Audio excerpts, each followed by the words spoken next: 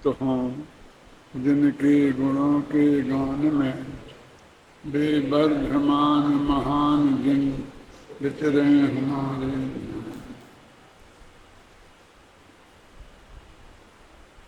मैं सुबह से ही आप सब लोगों के विचार जान रहा हूँ, परिचय भी जान रहा हूँ। सबसे ज़्यादा परिचय जानने की जरूरत मुझको ही है, क्योंकि मैं सबसे कम परिचित हूँ आप लोगों से।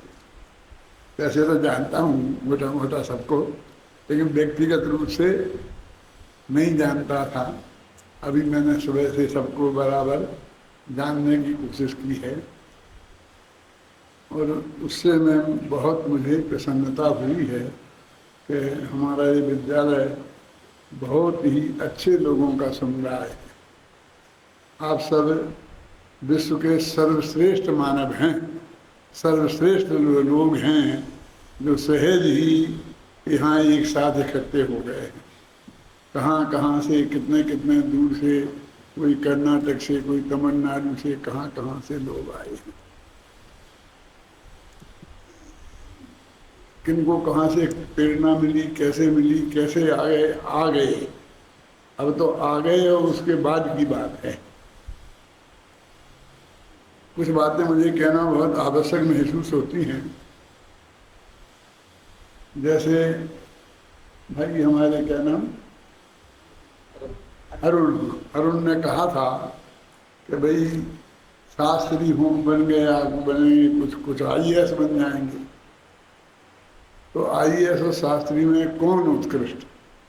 उनका एकदम इशारा स्पष्ट था, वही हम लोग जो शास्त्री हैं वो उससे ज़्यादा स्पष्ट अच्छे हैं।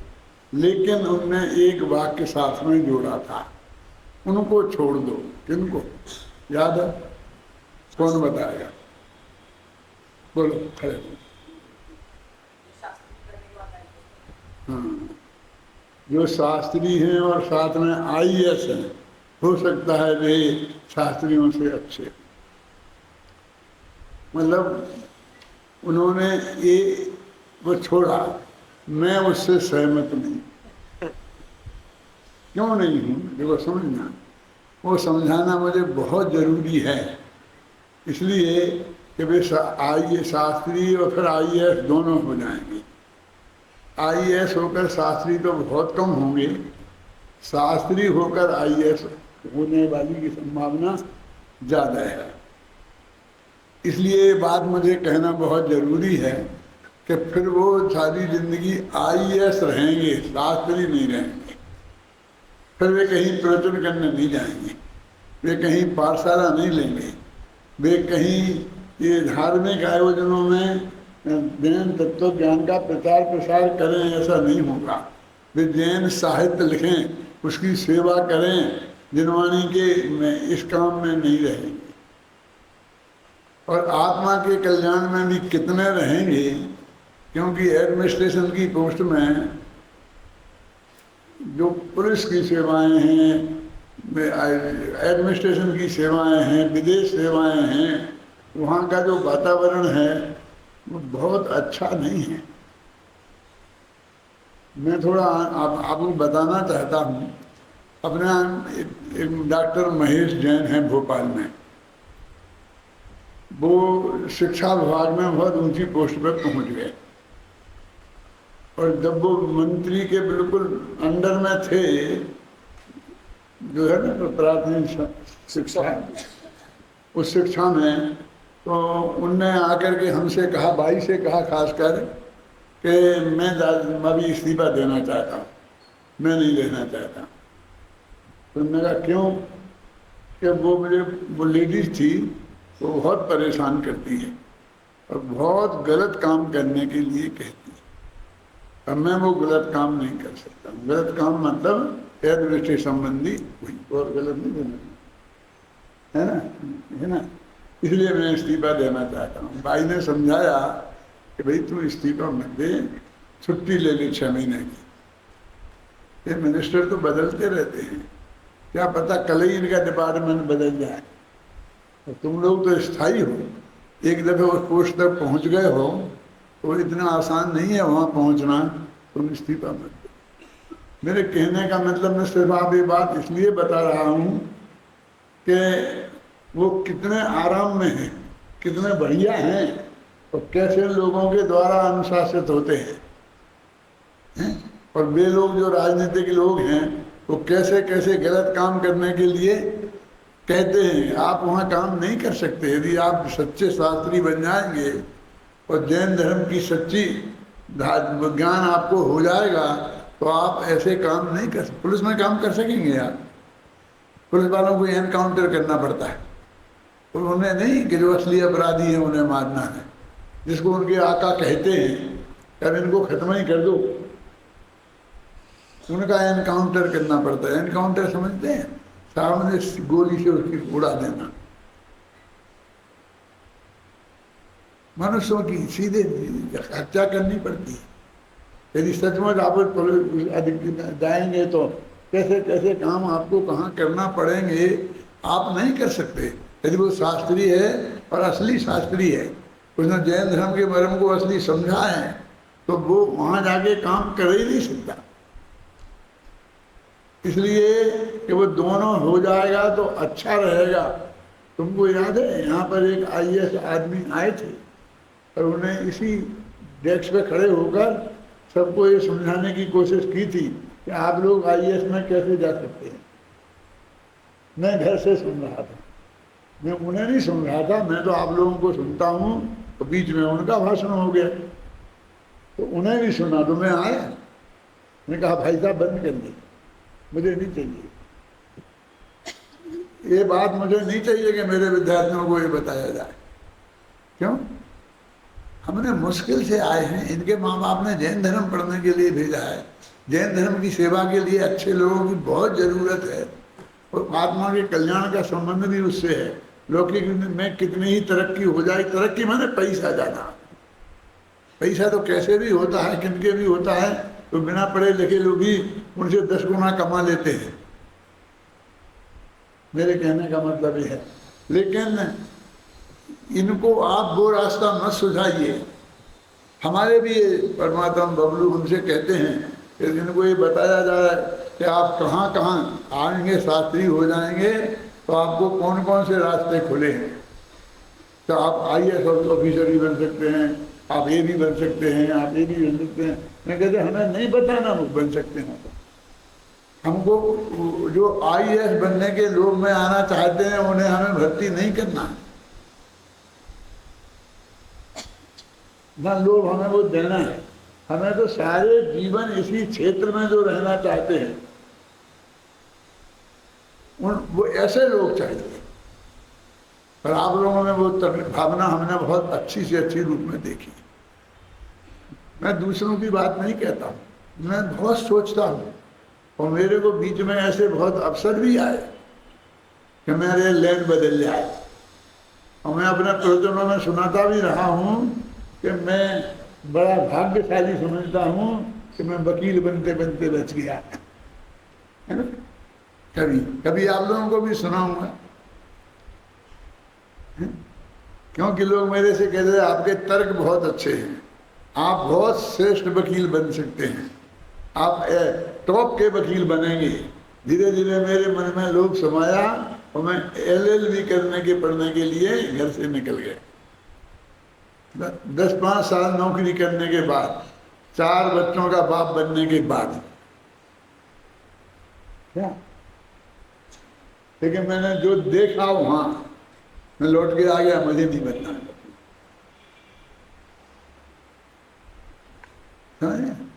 क्यों नहीं बनना है? क्योंकि मैं रास्ते में जो आदमी झगड़ रहे थे और ये कह रहा था मैं उसे जान से मार डालूंगा, दूसरा कह रहा था उससे कि तू ऐसा करेगा तो फांसी पे चढ़ेगा और जिंदगी भर सड़ेगा जेल में, नहीं तो वो कह रहा था मैं इतना मूर्ख नहीं हूँ, पहले मैं फला वकील को करता हूँ बाद में हत्या करता हूँ।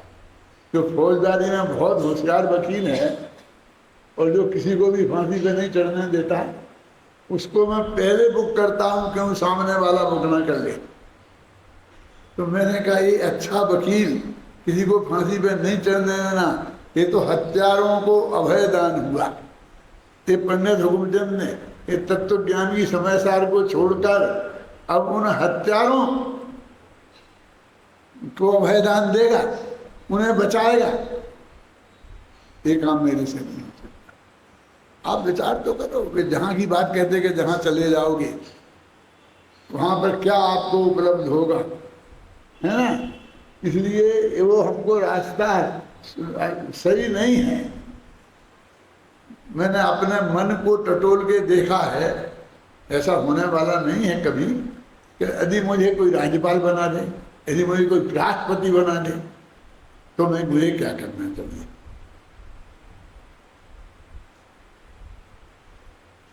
आप कहें कल्पना लोक में क्यों उड़ रहे हो? इसलिए उड़ रहा हूं कि मैं अपने मन को परखना चाहता हूं कि जो तुझे मिला है उसमें तू कितना संतुष्ट है। तो मेरे मन ने अंत में यही कहा कि नहीं, हमें किसी कीमत पर कोई भी पद स्वीकार नहीं करना है कि वहां जो मैं आज कर रहा हूं वो कल नहीं कर पाऊंगा, और जो मैं किसी कीमत पर नहीं कर सकता वो मुझे करना पड़ेगा।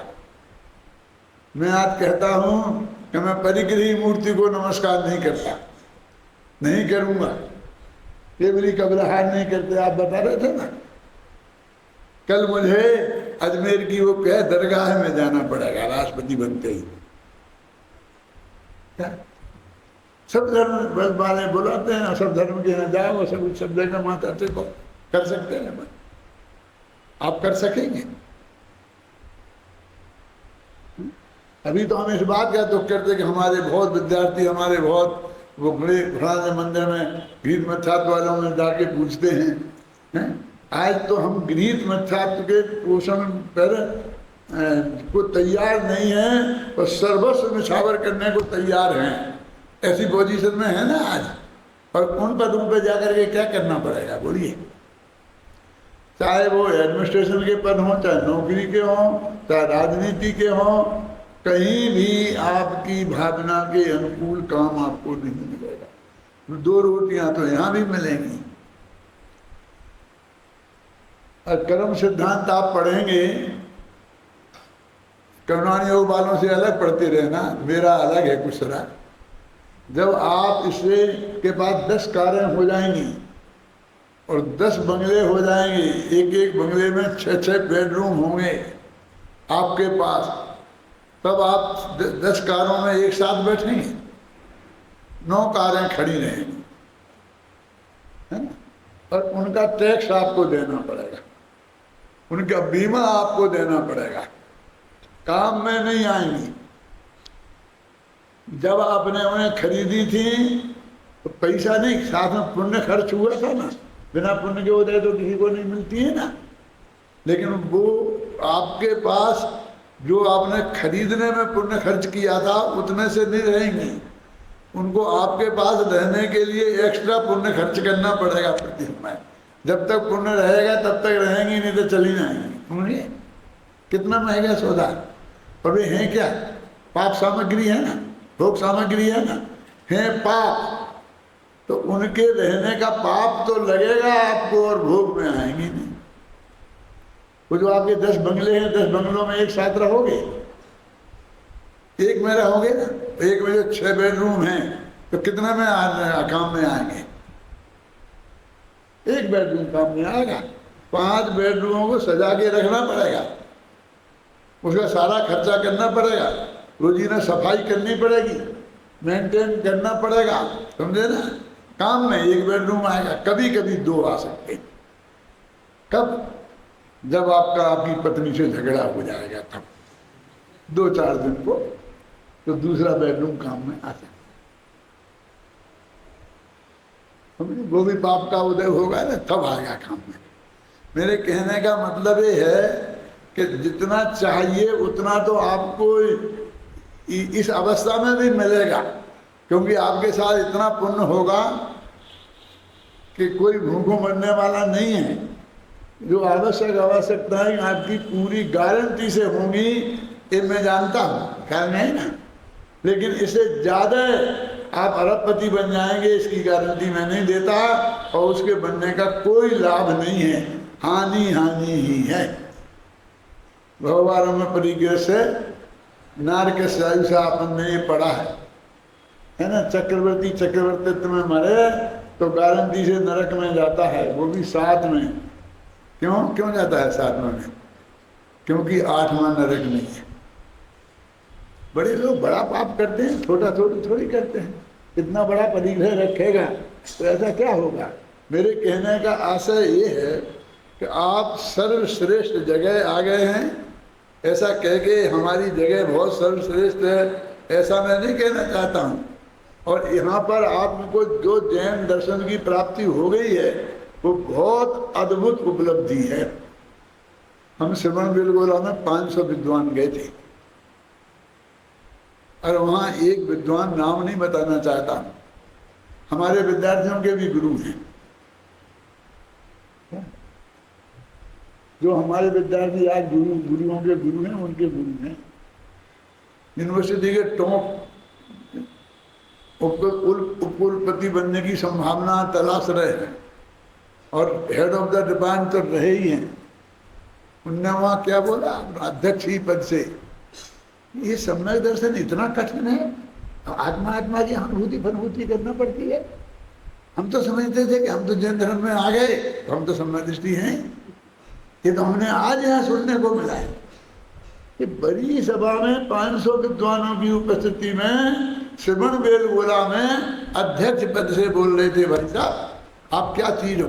आपका जो एक बच्चा यहाँ आया है वो जानता है कि सम्यक दर्शन कितनी दुर्लभ चीज है, कैसे प्राप्त करना पड़ेगा, किनको है और किनको नहीं है।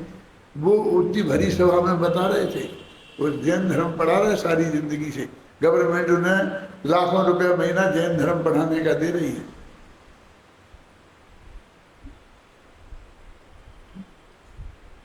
और आप जानते हो आप क्या चीज आपको पता नहीं है। कोई भी हीरा कहता है मुझे बाजार में बिकना है, कैसी बात करते हो? तुम जिस चीज को तुम्हें जो प्राप्त हुई है माने तुम यहाँ भर्ती हो गए हो, पढ़ने के लिए तैयार हो, दिल से तैयार हो। उस दिन जिस दिन हमने इंटरव्यू लिया था और आपने कहा था कि हमें तत्व विचार और आत्मानुभूति के लिए आया था, उस दिन ऐसा हो सकता है जैसा हमारी क्या कहा प्रतीति ने कहा कि रटा दिया हो आपको और आप इंटरव्यू में ऐसा बोल रहे हैं। आज कुछ वैसी बात नहीं है। आज कुछ समझने लगे हैं, और आज जो बोले इनमें कोई दबाव नहीं है कि कल हमें भर्ती करेंगे कि नहीं करेंगे, इसका भी दबाव नहीं है। किसी ने इन्हें धमकाया नहीं है कि आप ऐसा नहीं बोलोगे तो आपको निकाल दिया जाएगा, किसी ने कहा? किसी ने नहीं कहा। ये जो इन्हें बोला है वो अपने दिल से बोला है, और 10% ने कोई ऐसा भी बोला होगा तो बोला होगा, वो खुद ही उसने कहा कि कल, आज नहीं तो कल ऐसा हो जाएगा। ये रहते रहते हमें तत्व विचार और आत्मानुभूति करना है। तत्व विचार आत्मानुभूति बड़ी चीज नहीं है, घबराना नहीं है। सम्यक दर्शन ही तो है। अपन लोगों को सम्यक दर्शन नहीं होगा तो किनको होगा? उनको होगा।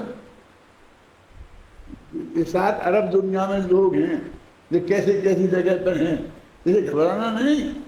नहीं, बहुत कम लोगों को होता है, बहुत कम लोगों को होता है। लेकिन अरबों में, असंख्य में हम जितने हैं वे बहुत ही कम तो हैं, ये बहुत ज्यादा थोड़ी हैं। अपने को उनमें नहीं गिनोगे जिन्हें नहीं होना है। मेरे कहने का अर्थ ये है कि वास्तव में ये सर्वश्रेष्ठ काम है। आपने अंदर से इस बात को महसूस किया है। और पहले हमको ये सुनने को मिलता था नहीं कि वो हमारे पिताजी विरोध में थे, हमारी अम्मा जी विरोध में थी, दादी विरोध में थी, फलाना विरोध में था, गांव वाले विरोध में थे, और हम भाग भाग के लोग आए थे हमारे पास पढ़ने। वो नैनीचंद जैन है ना, प्रोफेसर है आजकल दिल्ली में, और ऐसे लोग घर गए। आज तक घर से निकाल दिया उन्हें, घर में नहीं घुसने दिया, सिर्फ इस अपराध में कि वो इस विद्यालय में पढ़ने आया था। और वो आया और पढ़ा, और प्रोफेसर है। मेरे कहने का अर्थ ये है, हमारे जमाने में तो वास्तव में बहुत थोड़ा संकट था, क्योंकि शास्त्री होके हम निकलते थे तब कोई कहीं नौकरी नहीं थी, कुछ नहीं, आजीविका का साधन बिल्कुल जीरो था।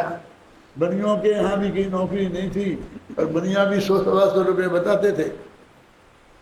कभी कहते अरे इनको 200 मिलते हैं, ऐसा होता था बहुत। आज तो 25,000-30,000 से शुरू होता है, गवर्नमेंट देती है तुमको।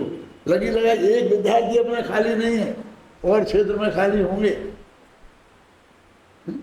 और तुम्हें डॉक्टरों का जीवन देखना है, तुम्हें इंजीनियरों का जीवन देखना है। अब आज तो नहीं बता सकता, लेकिन कभी ना कभी तो बताऊंगा ही, बिना बताए तो मैं रहूंगा नहीं। पहले भी बताया है कई दफे, ताकि एक दफे निगाह तो डालो उनके जीवन पर। आज की लड़कियां डॉक्टरों से शादी नहीं करना चाहती हैं कि क्यों? इनका कोई ठिकाना है? रात के 2 बजे आएगा, मरीज जगाएगा, देखना पड़ेगा, झकमार के बना, कितनी हार्ड ड्यूटी।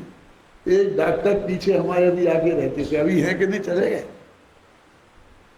यूरोलॉजिस्ट बहुत बड़े, मतलब एमडी और एमएस कर चुके, उसके ऊपर की क्लास के ऊपर की। लेकिन सुबह जाते रात के 2 बजे तक इतना अपना बहुत मित्र थे तो घर आ जाते थे, बैठते थे, चाय पानी सब करते थे। वो बताते थे कितनी तकलीफ है, आप नहीं कर सकते वो ड्यूटी, आप यहाँ तक कितना आराम है। ये अपना इस तत्व विचार के काम में कहाँ तकलीफ का काम है? हम 13 वर्ष की उम्र में कहते हैं, तब हमसे लोग कहते कि आप रिटायर कब होगे? तुम्हें क्या करना, कहाँ से रिटायर करना है? ये हम प्रवचन करते हैं, इसे रिटायर करना है। हम एक किताबें लिखते हैं, इसे रिटायर करना है। किस बात से रिटायर करना है?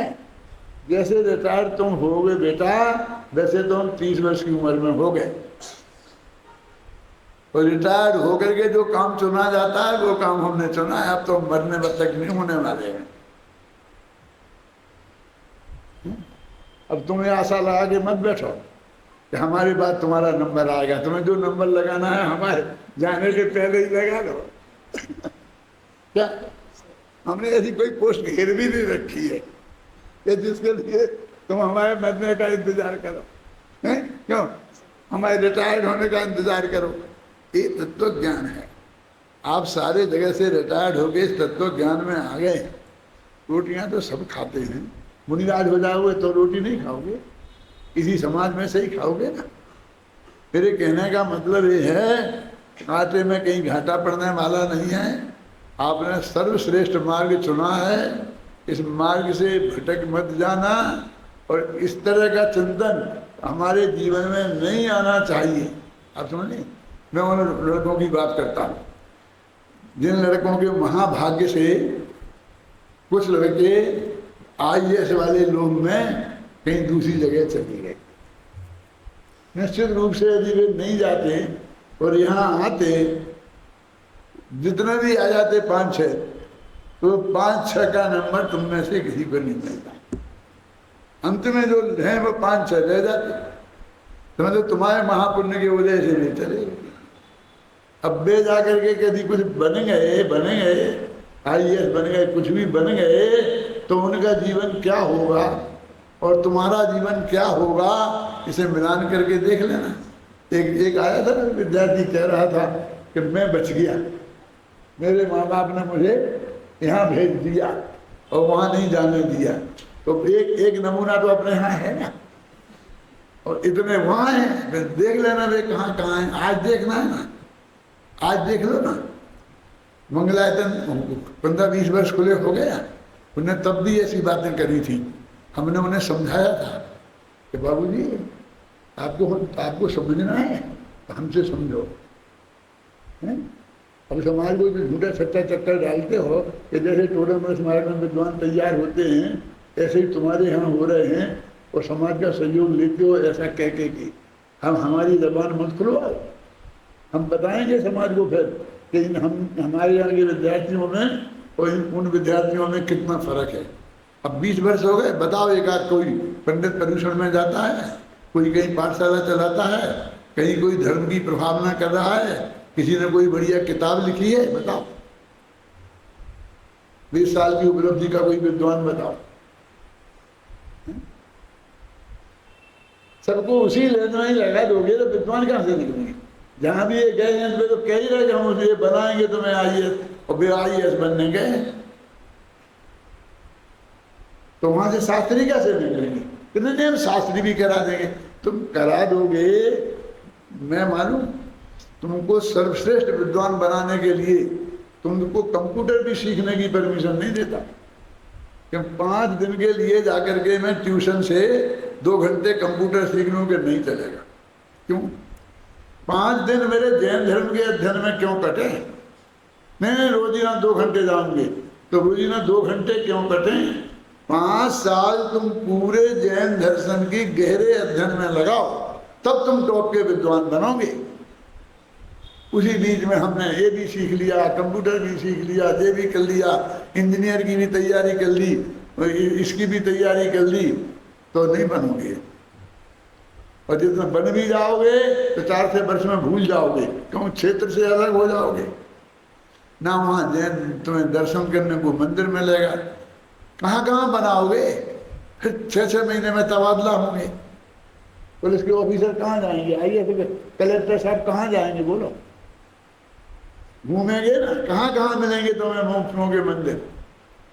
कहाँ कहाँ मिलेंगे ऐसे तत्व ज्ञान के अफसर? तो उन सब की लाइफ देख लो ना। और आपकी बात की मैंने आलोचना की, लेकिन मैं आपको ही बताना चाहता था कि नहीं, ऐसा नहीं है। क्या हमको अकेले शास्त्री ही चाहिए? हमको शास्त्री के साथ IAS नहीं चाहिए, हमें शास्त्री के साथ डॉक्टर नहीं चाहिए, हमें शास्त्री के साथ इंजीनियर नहीं चाहिए, हमें शास्त्री के साथ चार्टर्ड अकाउंटेंट नहीं चाहिए। बाजार में बहुत मिलते हैं, सब खरीदेंगे ना। चार्टर्ड अकाउंटेंट की जरूरत होगी तो वो खरीद लेंगे, डॉक्टर की जरूरत होगी तो वो खरीद लेंगे, इंजीनियर की जरूरत होगी तो वो खरीद लेंगे। हमारे भाग्य से हमारे पास इतनी बड़ी बिल्डिंग बनाने का मौका आएगा तो इंजीनियर नहीं मिलेंगे, इलाज कराना होगा तो डॉक्टर नहीं मिलेंगे। क्यों? हमें इस क्रीम माल जो हमारे पास आ गया है जैन दर्शन का गहरा विद्वान बनने के लिए, इनका जीवन बर्बाद नहीं करेंगे उसमें।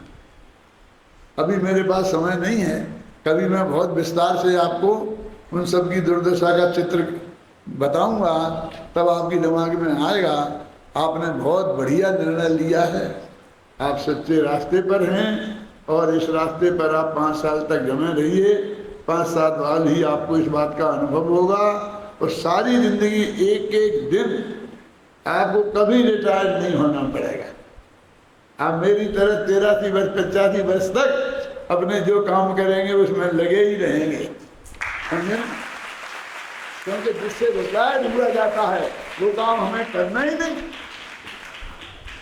जिसे छोड़ना पड़े कि सब आजीविका के लिए करना पड़ता है, खाना है ना, आजीविका इसमें ही होगी, बढ़िया से बढ़िया होगी, कोई चिंता की बात नहीं है। ज़्यादा बढ़िया खाना तुम्हें पचेगा भी नहीं, और जैसा पचेगा वैसे मिलने में कोई कमी होगी नहीं।